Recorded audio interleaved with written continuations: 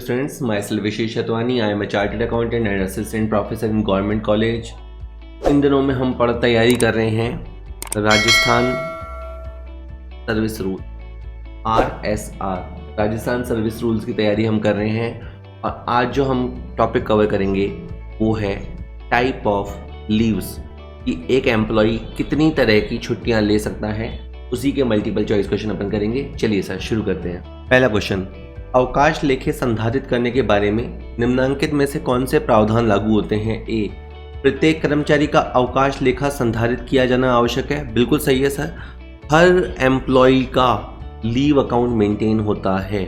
ठीक है, अब क्वेश्चन ये भी बन सकता है, कभी कभी वो पूछेगा कि लीव अकाउंट किनका बनाया जाएगा, राजपत्रित अधिकारियों का, अराजपत्रित कर्मचारियों का। तो आपको याद रखना है प्रत्येक कर्मचारी का, सारे कर्मचारियों का लीव अकाउंट बनाया जाता है, ये बात याद रखिए। सेकंड, राजपत्रित अधिकारियों के अवकाश लेखे उन प्राधिकारियों द्वारा संधारित किए जाते हैं, होल्ड किए जाते हैं, जिनकी अभिरक्षा में उनकी सेवा पुस्तकें रखी जाती हैं। तो जो भी गजेटेड ऑफिसर्स होते हैं उनकी सर्विस बुक्स जिन अथॉरिटीज़ के पास होती हैं वही लोग उसमें एंट्रीज वगैरह करते हैं। ठीक है, तो क्या याद रखेंगे? Second, the leave account of gazetted officers are maintained by the authorities in whose custody their service books are kept. ठीक है, आप सर्विस में आएंगे तो आपके सर्विस बुक्स मेंटेन की जाएंगी और वो आपके अथॉरिटीज़ की कस्टडी में रहेंगी, वही उसे मेंटेन करेंगे। ठीक है, उसमें जो भी एंट्रीज वगैरह चढ़ानी है वही चढ़ाएंगे, अपने क्लर्क को बोल के चढ़वाएंगे। ठीक है, और राजपत्रित कर्मचारी के अवकाश लेके उस कार्यालय अध्यक्ष द्वारा रखे जाएंगे जहां वो कार्यरत है। और जहां तक नॉन गजेटेड एम्प्लॉयज़ की बात है, उनके सर्विस बुक्स कौन रखेगा, उनके लीव अकाउंट कौन रखेगा? कार्यालय अध्यक्ष, जो हेड ऑफ द ऑफिस है, हेड ऑफ द ऑफिस। ठीक है सर, तो ये तीनों बातें सही हैं। हम ये पूरे वीडियो में लीव के ऊपर ही बात करेंगे, डिफरेंट काइंड ऑफ लीव्स। उसमें जो पहला क्वेश्चन आया वो लीव अकाउंट के बारे में आया। ठीक है, तो आपको ये तीनों बातें याद रखनी है। पहली बार लीव अकाउंट होता है, कौन मेंटेन करता है, तीनों बातें आपको याद रखनी है। अभी आगे और आएगा। नियम 87 कै, प्रत्येक राज्य कर्मचारी का अवकाश लेखा इन नियमों के परिशिष्ट सेकंड क में अंकित प्रपत्र संख्या 1 में रखा जाएगा।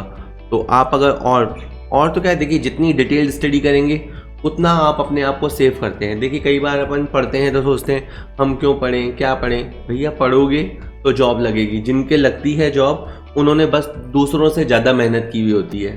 सिंपल सी बात है। फॉर्म लाखों में भरे जाते हैं, सेलेक्ट आप में से 2000 लोग होंगे, ये वही 2000 लोग होंगे जिन्होंने बाकी 98,000 से ज़्यादा मेहनत की है। As simple as that. ठीक है, तो फॉर्म नंबर 1 में रखे जाते हैं। अपेंडिक्स सेकंड ए है, परिशिष्ट सेकंड क में है, वो जो परफॉर्मा है वहां दे रखा है। 87 ख क्या कहता है? राजपत्रित अधिकारियों के अवकाश लेखे, ये नियम है। पहले तो MCQ के फॉर्म में देखा, ये मैं वहां से नियम उठा के पढ़ रहा हूँ। उन प्राधिकारियों द्वारा संधारित किए जाएंगे जिन्हें नियम 162 के अनुसार अब उनकी सेवा पुस्तकें अपनी सुरक्षा में रखने की जिम्मेदारी दी गई हैं। ठीक है सर, वही वाली बात है, बार बार कहने का पर्पज़ यही है क्योंकि ये एक थोड़ा नया सा सब्जेक्ट होता है, तो थोड़ा बोलेंगे तो ये टर्म्स आपकी ज़बान पे चढ़ेंगे, क्योंकि मेरे लिए भी नया सब्जेक्ट है। ठीक है, क्योंकि बाकी सारे सब्जेक्ट्स अपन पढ़ते रहते हैं अपनी कॉमर्स की लाइफ में, लेकिन ये सब्जेक्ट ऐसा है जिसका कॉमर्स नॉन कॉमर्स से कोई बात वो लिंक नहीं है। ये है कि रूल्स हैं जो गवर्नमेंट एम्प्लॉयज़ होने वाले हैं उनको पता होने चाहिए, और हम जैसे गवर्नमेंट सर्वेंट हैं तो हमें पता होने चाहिए। तो मेरे लिए तो ये डुअल बेनिफिट जैसी चीज़ है। इस बहाने आपको पढ़ाने के बहाने ही मेरे कुछ नियमों में और क्लियरिटी आ रही है। अराजपत्रित कर्मचारियों का अवकाश लेखा उस कार्यालय अध्यक्ष द्वारा रखा जाएगा जिसमें वो नियुक्त है। ठीक है, जहां वो बंदा अपॉइंट है, उसका जो हेड ऑफिस होगा वो रखेगा। यही सारी बातें इंग्लिश में लिखी है। आप इस बहाने ही सोचिए, आपको लगेगा कि सर ये की बात रिपीट हो रही है, लेकिन 2-2 3-3 बार बात अगर दिमाग में जाएगी तो बात बन जाएगी। Leave account, a leave account in form number 1 in appendix second A to these rules will be maintained for each government servant. हमें नहीं पता होता क्या आएगा क्या नहीं आएगा, तो हम तो कहते हैं कि व्हाइट के ऊपर जितना भी ब्लैक लिखा हुआ है, यहाँ तो कुछ कलरफुल है बट जो भी लिखा हुआ है वो सब इम्पॉर्टेंट है। रूल 87B कहता है leave account of gazetted government servant shall be maintained by the authorities to who are required to keep service books in their custodies. ठीक है, और मतलब लीव अकाउंट वही रखेगा जिसके पास सर्विस बुक भी रखी हुई है। और leave account for non gazetted government servant, the leave account of non gazetted government servant shall be maintained by the head of the office in which he is employed. ठीक है sir, चलिए दूसरा question देखते हैं। दूसरा question कहता है निम्नांकित में से कौन सा इन नियमों के अनुसार सही तथ्य है। अब आप तथ्य पढ़िए और बताइए कौन सा सही है। पहला है, और हमेशा की तरह स्क्रीन पॉज कर लीजिए, खुद ही सोचिए, आराम से पढ़िए। देखिए लॉ के क्वेश्चन है, उनको थोड़ा चबा चबा के पढ़ना पड़ता है। आप एक एक लाइन को चबा चबा के पढ़िए, देन आंसर देने की कोशिश कीजिए। दो चीजें, या तो आपको आ रहा है या नहीं आ रहा है। नहीं आ रहा है तो प्लीज सुनिए। किसी भी प्रकार के अवकाश को किसी भी अन्य प्रकार के अवकाश के साथ स्वीकृत किया जा सकता है। अब आप इस वर्ड को सुनिए, ये कह रहा है कि कोई सी भी लीव को किसी भी लीव के साथ हम जोड़ा जा सकता है। हिंदी के साथ इंग्लिश देने का पर्पज ही है, और यही मैं मानता हूँ कि खुद की तारीफ हो जाएगी। बट इन वीडियोस की यूएसपी यही है कि हिंदी के साथ साथ मैं इंग्लिश भी दी है, इसीलिए बहुत टाइम लगता है, थोड़ी मेहनत भी ज़्यादा लगती है। बट एनीवेज पर्पज ये है कि हिंदी नहीं समझ में आ रही तो इंग्लिश समझ में आ जाए, और दोनों ही नहीं समझ में आए तो बात नहीं। Any kind of leave can be sanctioned in conjunction with any other type of leave. तो ये बात बिल्कुल सही है। आप अभी जो लीव के बहुत सारे टाइप होते हैं, जैसे प्रिविलेज लीव होती है, हाफ पे लीव होती है, हॉस्पिटल लीव होती है, मैटरनिटी लीव होती है, पैटर्निटी लीव होती है, स्टडी लीव होती है।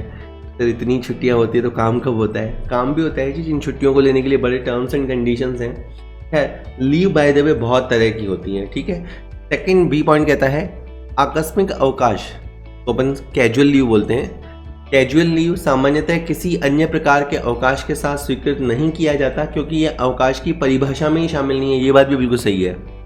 एक आप जॉब में आएंगे तो एक बहुत गजब की चीज़ होती है कैजुअल लीव। आपको जब ज़रूरत पड़े इतनी छुट्टियां लेना चाहें ऐसा नहीं है, नियम होता है। जैसे मैं कॉलेज एजुकेशन में हूँ तो वहाँ 15 CL मिलती है, एक साल में 15 छुट्टियाँ हम ले सकते हैं। तो वो ज़रूरत के हिसाब से ले सकते हैं, और थोड़ा शॉर्ट नोटिस पे कि सर काम आ गया है तो जनरली अलाउ कर देते हैं। जो हमारे अथॉरिटीज़ हैं वो अलाउ कर देते हैं। काम होता है तो मना भी कर देते हैं। और यही हमने पिछले वीडियो में देखा भी था कि छुट्टी आपका अधिकार नहीं है। भले कितनी ही तरह के मैं लीव्स लिखा दूँ, काम है तो काम पहले है। आप ये समझिए कि आप किसी भी तरह की छुट्टीज़ का कॉम्बिनेशन बना सकते हैं। ऐसे कॉम्बिनेशन वर्ड आपको ईजी लगेगा कंजंक्शन के बजाय। किसी भी तरह की छुट्टीज़ का आप कॉम्बो बना सकते हैं, लेकिन आपकी उस छुट्टी के कॉम्बो में CL शामिल नहीं होता, क्योंकि CL जो है वो लीव के डेफिनेशन में ही शामिल नहीं है। ठीक है, तो ये जो दोनों तथ्य लिखे हैं बिल्कुल सही लिखे हैं कि leaves can be combined but CL can not be included in combined, क्योंकि CL लीव की डेफिनेशन से ही बाहर है। ओके, इसका देख लेते हैं। नियम 88 इस बारे में है। ठीक है, देखो ये नियम मेरे लिए तो, अब मैंने तो कॉपी किया है तो मेरे लिए तो आसान है बोलना कि नियम याद कर लो।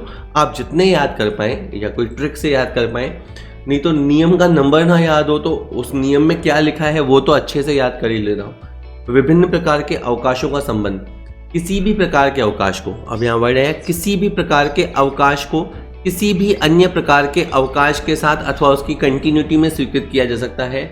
Any kind of leave may be granted in combination or in continuation of any other kind of leave। ठीक है, CL को छोड़ देना। CL वो बस इसमें, अब जो आप सुन रहे हैं उसमें ये भी MCQ बन रहा है कि इनमें से कौन लीव की डेफिनेशन में शामिल नहीं है। तो कैजुअल लीव, आकस्मिक अवकाश जो है वो लीव के डेफिनेशन से बाहर है।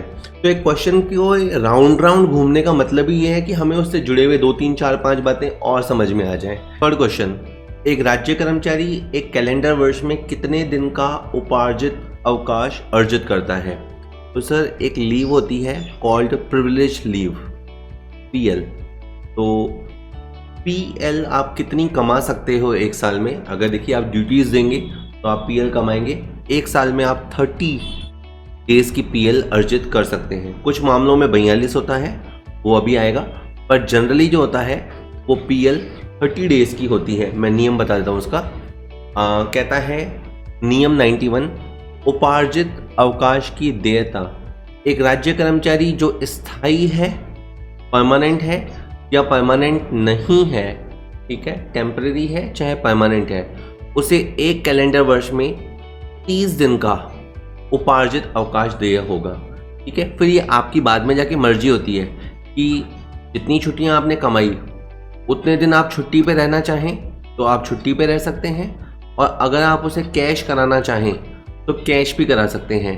कैश आप सर्विस के दौरान भी करा सकते हैं और कैश आप at the time of retirement भी करवा सकते हैं। ठीक है, कोई आप जॉब में आएंगे तो धीरे धीरे समझने लग जाएंगे। अभी के लिए समझिए कि एक राज्य कर्मचारी को एक साल में 30 छुट्टियां कमाने का मौका मिलता है अगर वो सर्विस प्रॉपर करता रहे, ड्यूटी पूरी देता रहे। ये जो पॉइंट आपने पढ़ा उसमें कहता है उस खंड में चाहे कुछ भी उल्लेख हो, लेकिन जो राजस्थान सशस्त्र पुलिस दल के सदस्य हैं, अब देखिए यहाँ पे भी पुलिस थोड़ी सी स्पेशल वाली है, राजस्थान सशस्त्र पुलिस दल। इसके लिए इंग्लिश में आप वर्ड याद रख लीजिए RAC, Rajasthan armed constabulary, Rajasthan armed constabulary. इसके जो सदस्य होंगे, इसमें इंडियन पुलिस सेवा के सदस्य नहीं है, वहाँ पे 45 दिन का आपको प्रिविलेज लीव अर्जित करने का मौका मिलेगा। तो मैं नियम पढ़ता हूँ, चाहे खंड क में कुछ भी लिखा हो, जो राजस्थान सशस्त्र पुलिस के सदस्य हैं, भारतीय पुलिस सेवा के अधिकारियों को छोड़कर, ये जो आर्म्ड फोर्सेस की बात चल रही है, राजस्थान आर्म्ड कॉन्स्टेबलरी की, ये भारतीय रिजर्व बटालियन में प्रतिनियुक्ति पे हों या देश की सीमाओं पे तैनात हों। हो सकता है कि ये रिजर्व बटालियन में हो सकता है देश के जो डिफरेंट बॉर्डर्स हैं वहाँ पे अपॉइंट हो। इनको 42 डेज का PL मिलेगा। और एक बात आप याद रखिएगा, आपका जो लीव अकाउंट होगा उसमें कभी भी 300 से ज़्यादा छुट्टियां नहीं होंगी। मैक्सिमम उस लीव अकाउंट में 300 छुट्टियां रखी जा सकती है। तो ये बात आप ध्यान रखेंगे। चलिए अगला क्वेश्चन देखते हैं। राजस्थान सशस्त्र पुलिस के सदस्यों को एक कैलेंडर वर्ष में कितने दिन का उपार्जित अवकाश अर्जित करने का प्रावधान है? तो सीधा सीधा क्वेश्चन है, सीधा सीधा 42 डेज इसका आंसर है। ठीक है, मैं एक बात आपको ऐसे बता देता हूँ, कुछ विभाग ऐसे होते हैं जिनको विश्राम कालीन विभाग कहते हैं।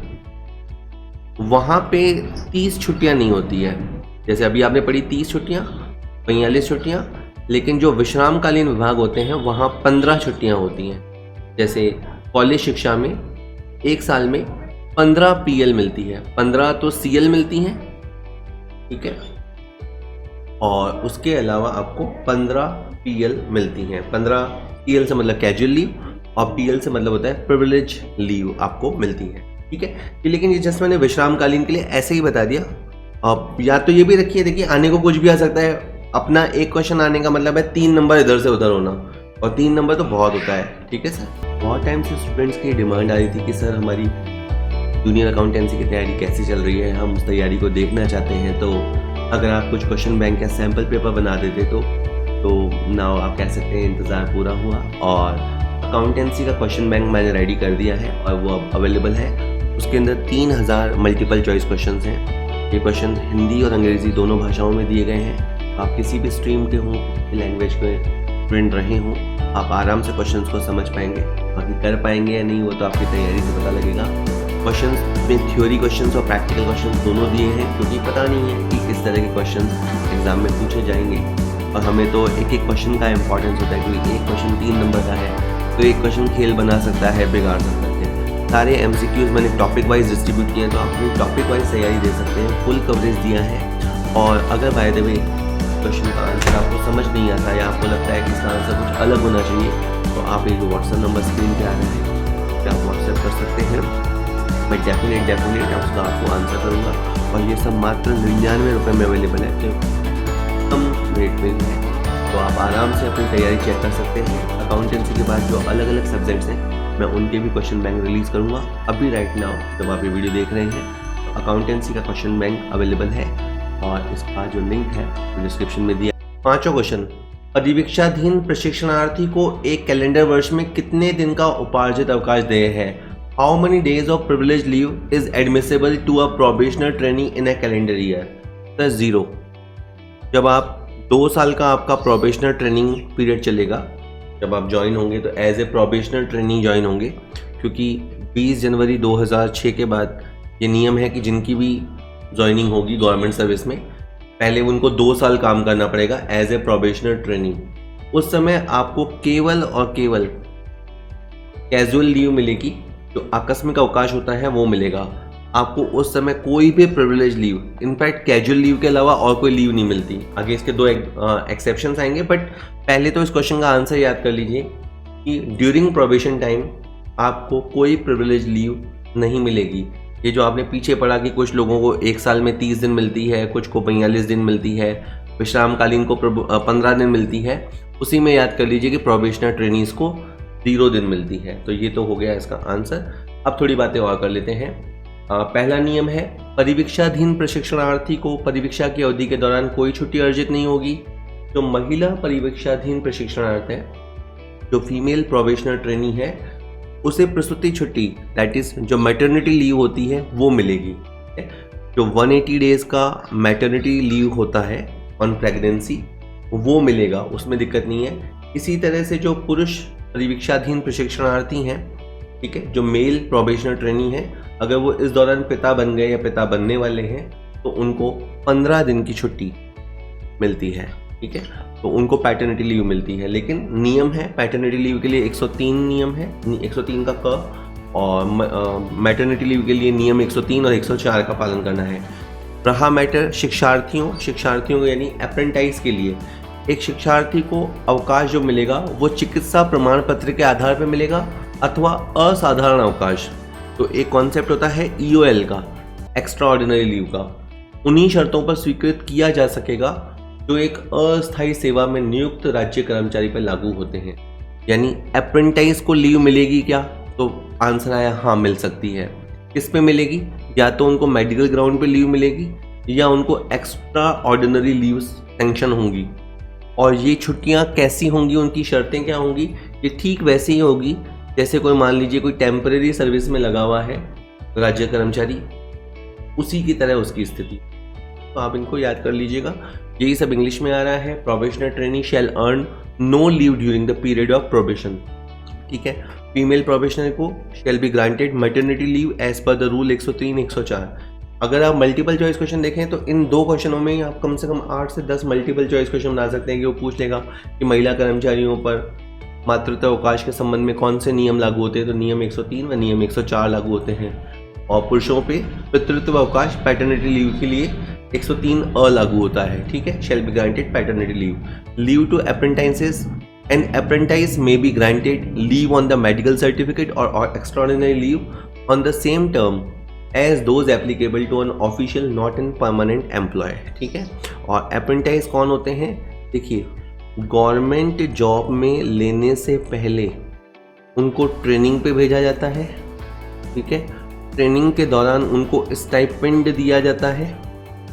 और जैसे अगर आप यूँ समझिए कि Rajasthan state road transport corporation है, वहाँ पे 200 ड्राइवर को ट्रेनिंग पे भेजा गया और उनको कहा गया कि आपको 5,000 रुपये हर महीना फिक्स स्टाइपेंड देंगे, और उसके बाद जब वैकेंसी खुलेगी तब आपको अपॉइंट कर लिया जाएगा। तो अभी के लिए जो उनकी स्थिति है, उनका स्टेटस है, उनका स्टेटस होगा अप्रेंटाइज का, होंगे आप। चलिए नेक्स्ट है, राज्य कर्मचारी के उपार्जित अवकाश के लेखों में अवकाश जमा करने की प्रक्रिया है। देखिए, हमने कहा कि राज्य कर्मचारी 1 साल में 30 छुट्टियां अर्जित करेगा। ऑब्वियस सी बात है, छुट्टियां अर्जित करेगा तो वो उसके रिकॉर्ड्स में, उसके लीव अकाउंट में कराई जाएंगी, जमा की जाएंगी। तो कब जमा की जाएंगी? क्या हर महीने 3 जमा होंगी? तो इसके ऑप्शन है, वर्ष में, पहला ऑप्शन है कि वर्ष में 1 बार जमा होंगी और 1 जनवरी को जमा होंगी और 30 दिन एडवांस जमा होंगी। दूसरा लिखा है कि वर्ष में 2 बार जमा होंगी, एक बार तो 1 जनवरी को 15 जमा होंगी और फिर 1 जुलाई को 15 दिन जमा होंगी और एडवांस जमा होंगी। तीसरा लिखा है वर्ष जब पूरा हो जाएगा तो साल में 1 बार जमा होगी, 31 दिसंबर को जमा होगी और 30 दिन जमा होगी। और चौथा रूल कहता है प्रत्येक 6 माही की समाप्ति पर, जैसे पहले जनवरी से जून की 6 माही समाप्त हो गई और फिर जुलाई से दिसंबर वाली 6 माही समाप्त होगी, तब 15-15 दिन। तो पहली बात तो यह है कि आपकी 30 छुट्टियां जमा होगी और वो 15-15 दिन करके जमा होगी। और दूसरी बात, ये छुट्टियां आपकी एडवांस जमा होती हैं। पहली बार आपकी छुट्टियां 1 जनवरी को जमा होंगी और दूसरी बार आपकी छुट्टियां 1 जुलाई को जमा होंगी। देखिए, अब आप कहेंगे ये तो बड़ा आसान क्वेश्चन है। सर, क्वेश्चन आसान ही होते हैं, मुश्किल कब तक है? जब तक हमें उसके बारे में नियम नहीं पता है तब तक वो मुश्किल है। तो समहाउ आप कोशिश क्या कीजिए, अगर आप मेरा सजेशन माने, तो ज़्यादा से ज़्यादा चैप्टर्स को टच करने की कोशिश कीजिए, ज़्यादा से ज़्यादा सब्जेक्ट्स को पढ़ने की कोशिश कीजिए। एक बुनियादी गलती जो मैं मानता हूँ कॉम्पिटिशन एग्ज़ाम में बच्चे करते हैं, वो ये कहते हैं कि उनके जो सब्जेक्ट स्ट्रॉन्ग होते हैं उस पर वो और ज़्यादा मेहनत करते हैं, ठीक है, और जिनके उनके जो सब्जेक्ट्स कमज़ोर होते हैं उनको वो एक तरह से कहें भगवान भरोसे छोड़ देते हैं कि आएंगे तो देख लेंगे। मैं कहता हूँ, मेरा ये मानना है कि 80 को आप 90 नंबर तक लाने की कोशिश करो, यानी जिनमें आप स्ट्रांग हैं, जिसमें आप 80% स्कोर करते हैं और मेहनत करके 90% स्कोर करते हैं, और दूसरी तरफ एक ऐसा सब्जेक्ट है जिसमें आप 40-50% स्कोर कर रहे हैं, तो अगर आप 50% वाले को 70% पे लेके आते हैं तो ये ज़्यादा समझदारी है।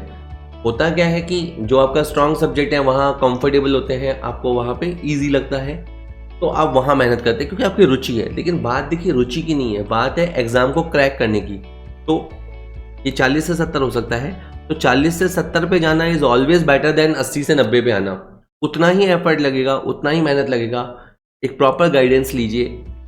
दूसरा देखिए कि आप कोचिंग से या किसी की हेल्प लेने से मत बचिए। देखिए सेल्फ स्टडी कर सकते हैं, आपको अंदर से कॉन्फिडेंस है कि सेल्फ स्टडी से आप क्रैक कर लेंगे, बहुत बढ़िया। नहीं तो आप कोचिंग लीजिए और साथ बैठ के जॉइंट स्टडी, ग्रुप स्टडी कीजिए, कोई लाइब्रेरी ज्वाइन कीजिए, वहाँ तगड़ी पढ़ाई कीजिए, कुछ वीडियो कोर्सेज परचेज कीजिए। देखिए आपको इन्वेस्ट करना पड़ेगा, ठीक है। आपको ये लगेगा कि मैं आपको परस्यू कर रहा हूँ कुछ खरीदने के लिए, लेकिन बात आपको समझने की है कि अगर बहुत सारे लोग कंपटीशन में हैं, बहुत सारे लोग तैयारी में हैं, तो जीतेगा कौन? जीतेगा वो जिसकी तैयारी अच्छी होगी। और तैयारी अच्छी होने के लिए देखिए कुछ तो टूल्स एंड टेक्निक्स की ज़रूरत होती ही है। आप खुद सेल्फ एनालिसिस कीजिए, क्या आप सेल्फ सक्षम हैं? अंदर से आवाज़ आती है कि हाँ सेल्फ सक्षम है, go ahead, very good, crack कीजिए एग्ज़ाम। लगता है अंदर से ऐसा आवाज़ आ रहा है नहीं, तो मैं मानता हूँ कि आज के ज़माने में कोचिंग लेना या किसी की हेल्प लेना बहुत आसान है एज़ कम्पेयर टू 5 साल पहले, 10 साल पहले, जब इंटरनेट नहीं था, इतनी ऑनलाइन क्लासेस नहीं थे, इतने वीडियो कोर्सेज नहीं थे, या लाइब्रेरी वगैरह फैसिलिटीज़ नहीं थी। अभी के टाइम में एग्ज़ाम क्रैक किया जा सकता है, जस्ट एक सिस्टमैटिक फोकस्ड स्टडी की ज़रूरत है। ये आप सुनते हैं लेकिन इसे अप्लाई करने की ज़रूरत है। तो बी सीरियस, अगर सीरियस स्टूडेंट हैं तो सीरियस है, और बस एक फॉर्म भरने का ही शौक़ है, रोडवेज़ में घूमने का ही शौक़ है, कुछ नहीं, एंजॉय कीजिए। चलिए, तो आपने क्या समझा कि 30 छुट्टियां आपकी जमा होंगी और साल में 15 एक बार जमा होंगी, 15 एक बार जमा होंगी। पहली 15 आपकी 1 जनवरी को जमा होंगी, इसमें कैलेंडर ईयर का नियम है, और दूसरी 15 आपकी 1 जुलाई को जमा होंगी और वेल इन एडवांस जमा होंगी, ठीक है सर। चलिए नेक्स्ट क्वेश्चन कहता है, एक राज्य कर्मचारी अपने अवकाश लेखों में अधिकतम कितने दिन का उपार्जित अवकाश जमा रख सकता है? तो ये थोड़ी देर पहले आ गया था कि आप अपने लीव अकाउंट में 300 छुट्टियां मैक्सिमम रख सकते हो। अगर मान लीजिए आप रिटायर हो रहे हैं, आपके खाते में मान लीजिए 310 छुट्टियां भी हैं, मान लीजिए, तो भी आपको 300 छुट्टी के बराबर ही पेमेंट मिलेगा। इसका मतलब क्या है कि आप जो छुट्टियां कमाते हैं, वाइल इन सर्विस जो छुट्टियों कमाते हैं, उसे या तो आप एंजॉय कर लीजिए और या उसे एनकैश कर लीजिए। ज़रूरी नहीं है कि आप छुट्टी पे रह के ही छुट्टी को कंज्यूम करें, आप उसे एनकैश कर लीजिए, आपको उसके बदले में पैसा मिलता है, प्रिविलेज है, ये आपको एक खास तरह का प्रिविलेज दिया है गवर्नमेंट ने कि आपकी छुट्टी बनती है, अब आप बताओ आपको पैसा चाहिए या आप छुट्टी कंज्यूम करोगे। और 300 छुट्टियाँ तो गवर्नमेंट फिर भी जमा करने के लिए दे ही रही है, उसका भी पैसा वो देती है on retirement. 300 days can be. चलिए, और थोड़ा सा आगे पीछे स्क्रीन हो गया है। एक राज्य कर्मचारी के उपार्जित अवकाश के लेखों में प्रत्येक कैलेंडर वर्ष में 2 बार 1 जनवरी को 15 और 1 जुलाई को 15 दिन के उपार्जित अवकाश अग्रिम के रूप में जमा किए जाएंगे। जो हमने पढ़ा था राजस्थान आर्म्ड कॉन्स्टेबलरी सर्विसेज, जो राजस्थान सशस्त्र पुलिस के कर्मी हैं, उनमें उनकी 42 होती हैं, उनकी 42 छुट्टियाँ होती हैं, तो एक बार में 21 और दूसरी बार में 21, तो उनकी 21 दिन करके जमा की जाएगी। और आप देखें सर किसी साल लीप ईयर हो तो देखिए, लीप ईयर या नॉन लीप ईयर से कोई फ़र्क नहीं पड़ता, कैसा भी ईयर हो, इवन हो, ऑड हो, leap year, non leap year, 30 दिन और 42 दिन का ही नियम है। 8वां क्वेश्चन, किसी कर्मचारी के स्थानांतरण पर देय कार्य ग्रहण काल, ज्वाइनिंग टाइम के पूर्ण उपयोग किए बिना ही कर्मचारी के नवीन पद पर कार्य ग्रहण कर लेने पर उसके उपार्जित अवकाश लेखों में एक अनुपयोजित पदभार ग्रहण अवधि के आधे पीएल जोड़े जाते हैं, अनुपयोजित पदभार ग्रहण अवधि के समान उपार्जित अवकाश जोड़े जाते हैं, अनुपयोजित पदभार ग्रहण अवधि के दुगने उपार्जित अवकाश जोड़े जाते हैं, या उपार्जित अवकाश नहीं जोड़े जाते हैं। तो देखिए सर, ये मामला है ट्रांसफ़र का। आपका मान लीजिए कि आज दिनांक है, मान लीजिए 27 अप्रैल, और 27 अप्रैल को आपको ट्रांसफ़र हो गया और आपको ये कह दिया गया कि आपको 5 मई तक, ठीक है, 5 मई तक नए हेडक्वार्टर में जाना है और वहाँ पे जाके आपको रिपोर्ट करना है। ठीक है, आपको इतने दिन का समय दे दिएगा, मान लीजिए 10 दिन का समय दे दिया, क्योंकि कुछ मामलों में 10 दिन का समय मिलता है, कुछ मामलों में 12 दिन का भी मिलता है, और कुछ मामलों में डिस्टेंस ज़्यादा होता है तो 15 दिन तक का भी समय मिलता है।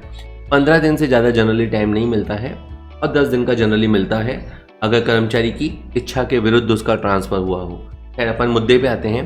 27 अप्रैल को आपको ट्रांसफ़र हुआ, 5 मई तक आपको रिपोर्ट करना है, लेकिन मान लीजिए कि आपने जल्दी ही मन बना लिया, जल्दी ही पैकिंग कर ली, नया मकान भी आपको नए शहर में जल्दी ही मिल गया और आपने 2 मई को ही रिपोर्ट कर दिया।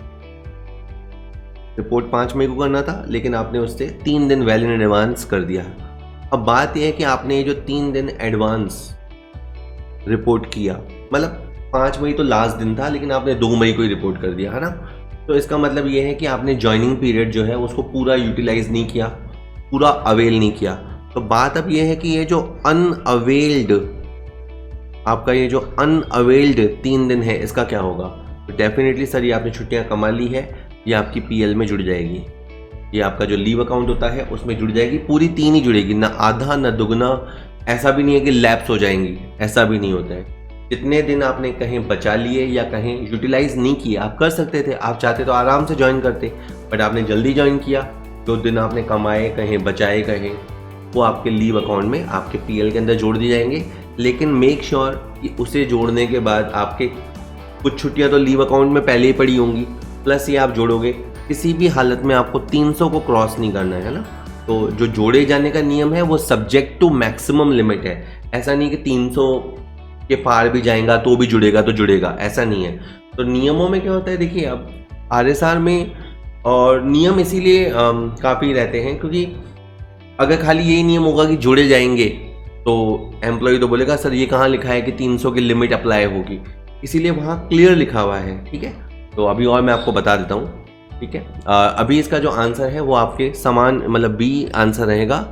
Earned leave is added equal to the unavailed joining period, है ना। जितना समय आपने बचाया, यूटिलाइज नहीं किया, उतना ही जुड़ेगा। मैं नियम बताता हूँ आपको। राजस्थान सिविल सर्विस पदभार ग्रहण काल, ये जो आपका ज्वाइनिंग टाइम रूल है 1981 का, उसका नियम 5(4) क्या कहता है कि आपको अधिकतम जो 15 दिन तक का स्वीकार्य पदभार ग्रहण काल आपको मिलता है, अगर आप उसका पूर्ण उपयोग किए बिना ही अगर आप नई पोस्ट पे ले लेते हो, ठीक है, वहाँ गए, आपने चार्ज ले लिया, तो उसके जो उपार्जित अवकाश का लेखा है, उसकी जो प्रिविलेज लीव का अकाउंट चल रहा है, उसमें जितना समय अनुपयोजित है उतने के उतने पीएल आपके जोड़ दिए जाएंगे। लेकिन ये लिखा है, किंतु कर्मचारी के जो लीव अकाउंट में पहले से अवकाश चल रहे हैं और इस तरह से ये जो अनयूटिलाइज टाइम है, उन दोनों को मिलाकर 300 से ज़्यादा छुट्टियां आपकी नहीं होंगी। तो मेक श्योर कर लीजिए। कैसे, चलिए हो गई है बात। उसके बाद अगर अपन बात करें, जस्ट मिनट, नेक्स्ट क्वेश्चन है, एक राज्य कर्मचारी के 1 जनवरी से 30 जून के बीच 20 दिन असाधारण अवकाश पर रहने पर उसके अवकाश लेखों में से कितने उपार्जित अवकाश कम किए जाएंगे। मान लीजिए एक कर्मचारी है और उसने 20 दिन की एक्स्ट्रा ऑर्डिनरी लीव ले ली। ठीक है, एक्स्ट्रा ऑर्डिनरी लीव की जनरली ज़रूरत तब पड़ती है जब आपके पास कोई छुट्टी ना हो, आप कहीं फंस गए, अटक गए, आपको छुट्टियां लेनी ही पड़ी, अब छुट्टियां हैं नहीं, तो एक्स्ट्रा ऑर्डिनरी लीव के मामले पेचीदा होते हैं, बचना चाहिए। बट एनीवेज, अगर किसी ने 20 दिन की एक्स्ट्रा ऑर्डिनरी लीव ले ली तो फिर क्या होगा, तो ये होगा कि इसका 1/10 कैलकुलेट होगा, और इसका 1/10 कैलकुलेट करने पे 2 दिन आता है, तो 2 प्रिविलेज लीव आपकी कम हो जाएंगी।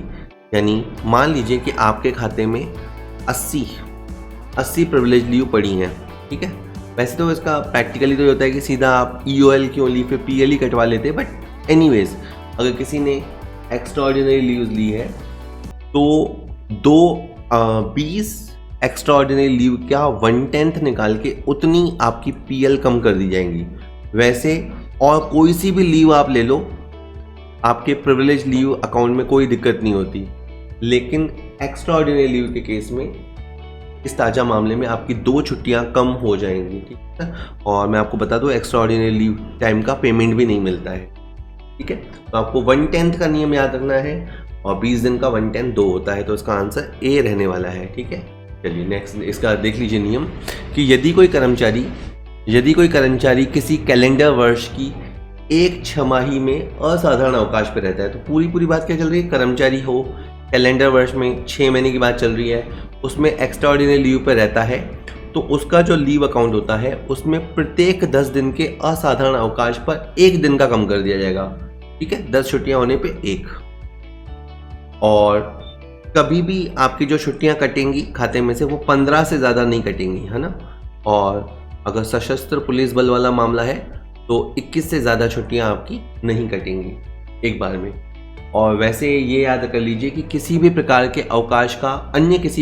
अवकाश का उपभोग करने पे आपके PL कम नहीं किए जाते। इस मामले में PL कम होते हैं, 1/10 का रूल है, याद रखिएगा। और 15 मैक्सिमम कट सकते हैं, 21 कट सकते हैं RAC के मामले में, ठीक है, राजस्थान आर्म्ड कॉन्स्टेबलरी सर्विसेज के मामले में। और आज का लास्ट क्वेश्चन आता है 30 जून 2018 को नियुक्त एक परिवीक्षाधीन प्रशिक्षणार्थी के अवकाश खाते में 1 जुलाई 2020 को कितने दिनों का उपार्जित अवकाश जमा किया जाएगा। तो देखिए 30 जून 2018 को तो आपने ज्वाइन किया है, और वैसे होता यही है कि 29 जून 2020 को आपका प्रोबेशन पूरा हो जाएगा, 2 साल में आपका प्रोबेशन पूरा हो जाएगा। पर चलो दिनों को कॉम्प्लिकेटेड नहीं करते, तो जून 18 से लेके जून 20 ही कह लेते हैं। 30 जून 18 से 30 जून 2020 तक आप प्रोबेशन में रहे। इस दौरान आपने 2 साल की सर्विस कर दी, पर आप PL कितनी कमाएंगे, 0। तो इनका ये पूछना है कि 1 जुलाई 2020 को बताओ उसके खाते में कितनी छुट्टियां जमा की जाएंगी। आपकी कोई छुट्टियां जमा नहीं होंगी, 0 छुट्टी जमा होंगी, ठीक है सर। वो 0 इसका आंसर याद रख लीजिए। और इसका नियम सुन लीजिए, परिवीक्षाधीन प्रशिक्षणार्थी को परिवीक्षा की अवधि के दौरान कोई छुट्टी अर्जित नहीं होगी, और probationer training shall earn no leave during the period of probation. तो इसीलिए कोई दिक्कत नहीं, आपने 2 साल सर्विस की, बहुत अच्छी बात है, राजी खुशी प्रोबेशन हो गया, यही बहुत बढ़िया है। अब आपका आराम से फिक्सेशन होगा, आपकी तनख्वाह बहुत अच्छी हो जाएगी। क्योंकि जनरली ये होता है कि प्रोबेशन में 70% तनख्वाह मिलती है, जितनी मिलने वाली होती है। मान लीजिए कि आप 50,000 की जॉब लगने वाली है आपकी, तो उसका 70% मिलता है, और बाद में फिर पूरे मिलते हैं। बहुत खुशी है। चलिए ठीक है, मेहनत कीजिए और मेहनत आप करेंगे, मुझे पूरी उम्मीद है। वीडियो काम का लगा हो, वीडियो को लाइक कर सकते हैं, अपने दोस्तों के साथ शेयर कीजिए, चैनल को सब्सक्राइब कर लीजिए। Thank you.